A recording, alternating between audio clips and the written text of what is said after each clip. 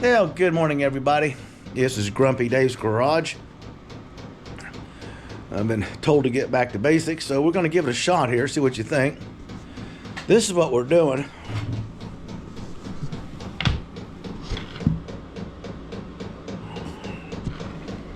This is the fill that I'm using. Okay. Here's the fiberglass resin. Kind of thick, being 32 degrees out there. This feels like a rock. I should have carried that in the house last night, kept it warm. I didn't do it. I'm going to be block sanding with my DA.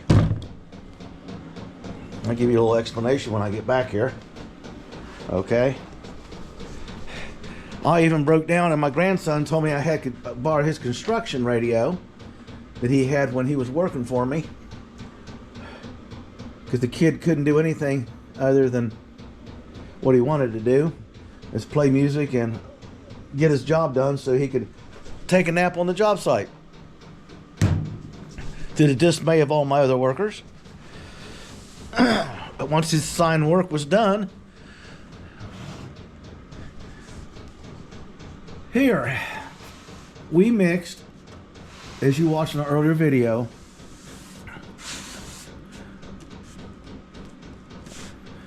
the fiberglass resin with the filler. I still got a low spot here, the way it sculpted over. But you can see it's all ready to be feathered in. Still got touch up here, right here. You can still see it. This has to be brought up and around so that doesn't show.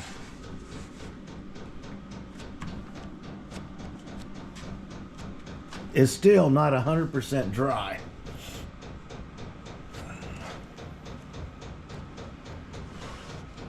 The temperature dropped quick yesterday. It's almost there, but it's not there. It would be clogging sandpaper, and I wouldn't be getting a good clean sand on it. So I may let this one ride, or try it a little bit later. I got my, you can hear it in the background, my V4 heater running. My V4 heating. My V4 heater heating up. And this is what I do to sand.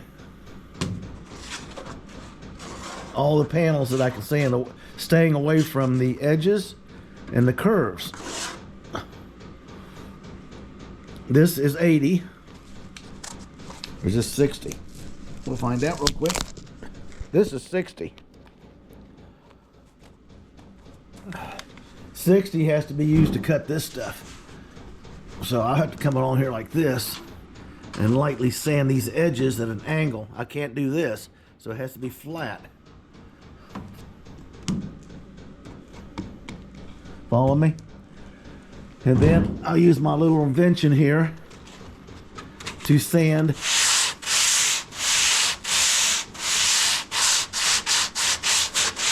in between the two. Loading the sandpaper up a little bit this morning.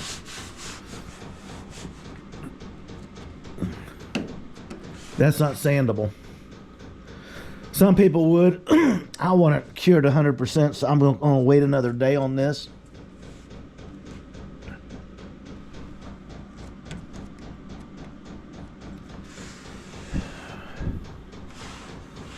Either that, or I can get the heat gun out and I can warm it up so it'll finish curing out, because it's almost there.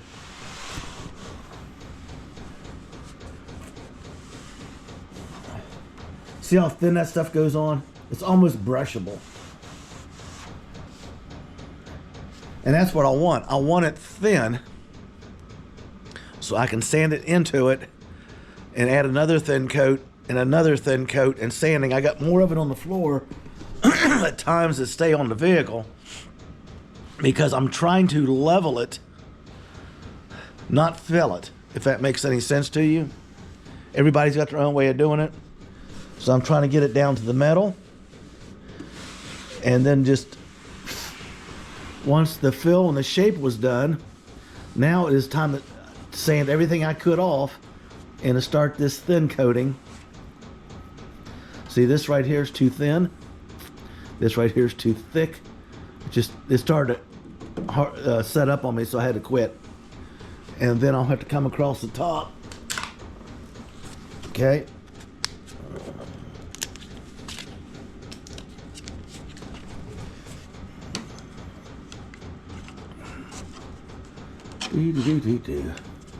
Something like about this.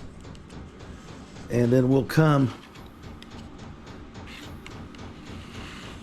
up and across this.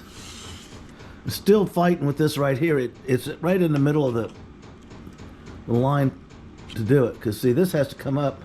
Where's it at? Right there. So this has got to be contoured. Feather back in. Just throw it on the floor, David. That'll help.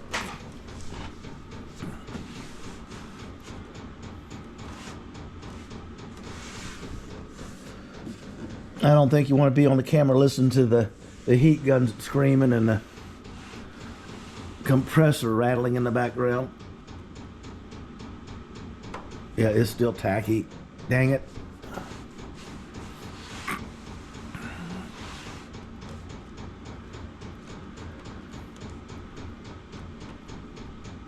Yep, say it's still, it'll just clog sandpaper. It won't sand real fine. Let's see what we got on the front. It was done day before yesterday. There's no reason to sand it, load up sandpaper and score it up and have to correct it again.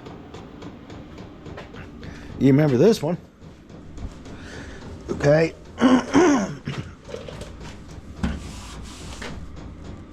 This one's cured. Yesterday, this one was just like that. When it still was, when you press on it, it would gently stick to your fingers. And this one's ready to sand. You can see all the etch marks in it. Isn't that nice? We'll do the flat sand with the DA. I'll get my little block out and do the in-between, feather them together. Radius is front, and this one should be, I take that back, right here. This has to be radius up one more time at the bottom. Dang it. And then I still got my oops up here to work on, which I'll work on when I work on the door. And then I'm trying to figure out why this is loaded up with primer and feels like sandpaper.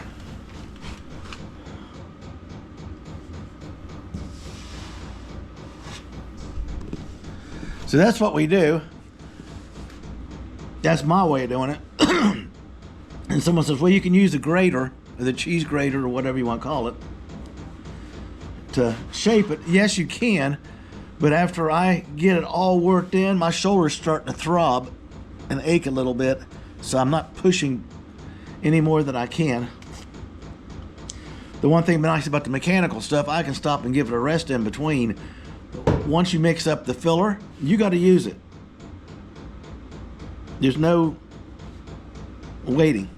If you put it on so you can use a grater on it, you can't stop grating it because it's curing. While it's in that soft stage, you've got to get it down. So I'm trying not to cause any more discomfort than I'm already feeling. So this is there. This will get sanded. We'll probably touch this up today and work this door piece over here. It's all boogered up.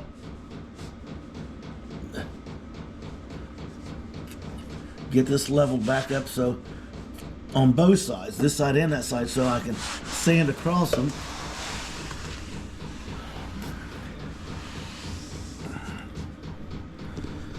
Now, the next thing we're working on is I'm reading up on polyester and all these different primers that they didn't have, that I never came in contact with working 50 years ago. I worked in a body shop.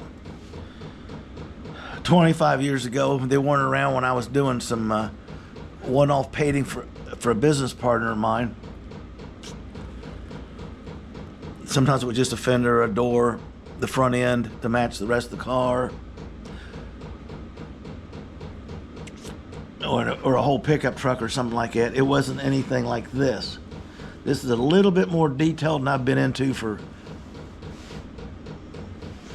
50 years. It's hard to believe. My wife, she said, we ain't been married all these years, and you were doing body work when we were engaged. But Christ, that's 50 some years ago. Products have changed. Back in the day, I would use lacquer thinner in my Black Magic. That stuff is methyl ethyl, awful, stunk to high heaven when you used it. It was hard to sand, hard to work with. You had to grind it down with the grater and get it just as smooth as you can, and use the glazing putty over it to sand it down so you can get a really smooth surface. It doesn't finish like any of these products today. I think I'm going to tackle this one just for no other reason than I can today. And then I'll bring you back when we go touch up. See this? It rolls to the inside here, and it should continue straight down, not tilted in. And then I can work on that. The idea is to come down the passenger side of the car. Here, I'll give you a hint. With the vehicle working. That thing's putting out some nice heat. It's taking the chill out of the air. Normally, if it just takes the dampness out of the air and warms it up a little bit, I'm good. So I'm not handling ice cold metal. I guess I could let it run and it would heat the whole thing up and keep it there, but I start sanding. See, this fender came out really nice. See that? It is technically ready for a primer, a heavy primer for all these etches and scratches, a guide coat, and a complete sanding. Oh, isn't that nice? Ooh, that's so nice. The other fender will be there. If I get this side done, the theory is that I can start doing the mechanical stuff underneath and in there while the filler and the fiberglass resin and stuff is being layered and set up over there. Because then I can go back there and put it on and work that. I can come up here and work on underneath the car on brake lines and fuel lines and stuff. And then when it cures up, I can sand it and do some more over there. And while that stuff's setting up, I can come over here and keep working all the time. This is almost there. It needs a really light sanding. I got to radius this. Remove that run right there from my primering.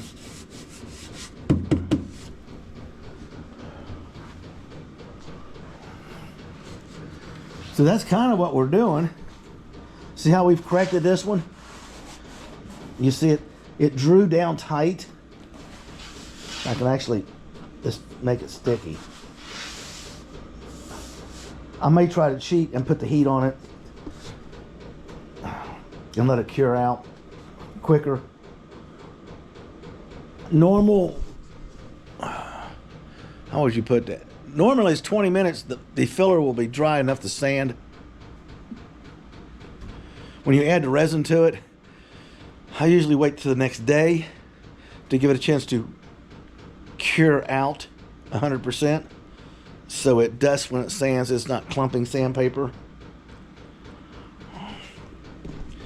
But that radius is weak right here, right there. I need to come up through here.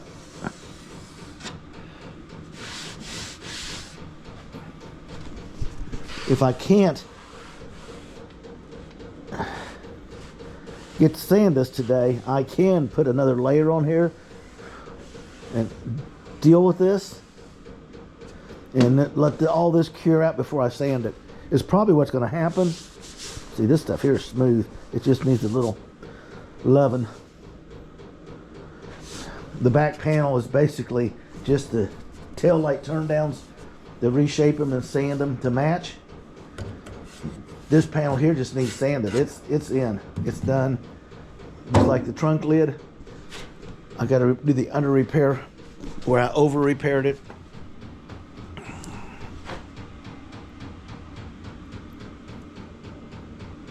So that's what we're going to do. We're going to mix it up and fix this and just wait. And then we'll go over there and work on that fender to get it done. I'll have to turn the heater off because I might as well pop the door open, let the air in, due to the fact that I have to mask up and I want the compressor outside away from the dust.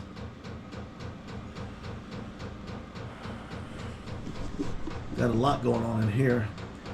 I had a cover over this. I don't know what I did with it. The dust will blow off and no big deal. Just